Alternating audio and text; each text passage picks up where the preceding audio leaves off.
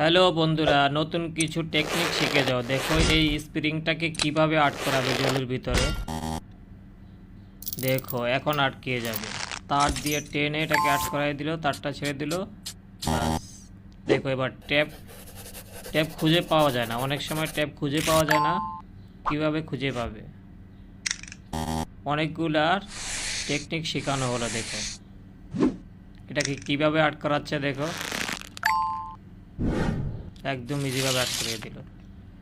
এই পেপারটা দিয়ে দেখো কি করে, এখানে একটা ছিদ্র করবে, ময়লাগুলো যেন বাইরে না পড়ে। দেখো এই জন্য টেকনিকটা খাটালো, অনেক সুন্দর।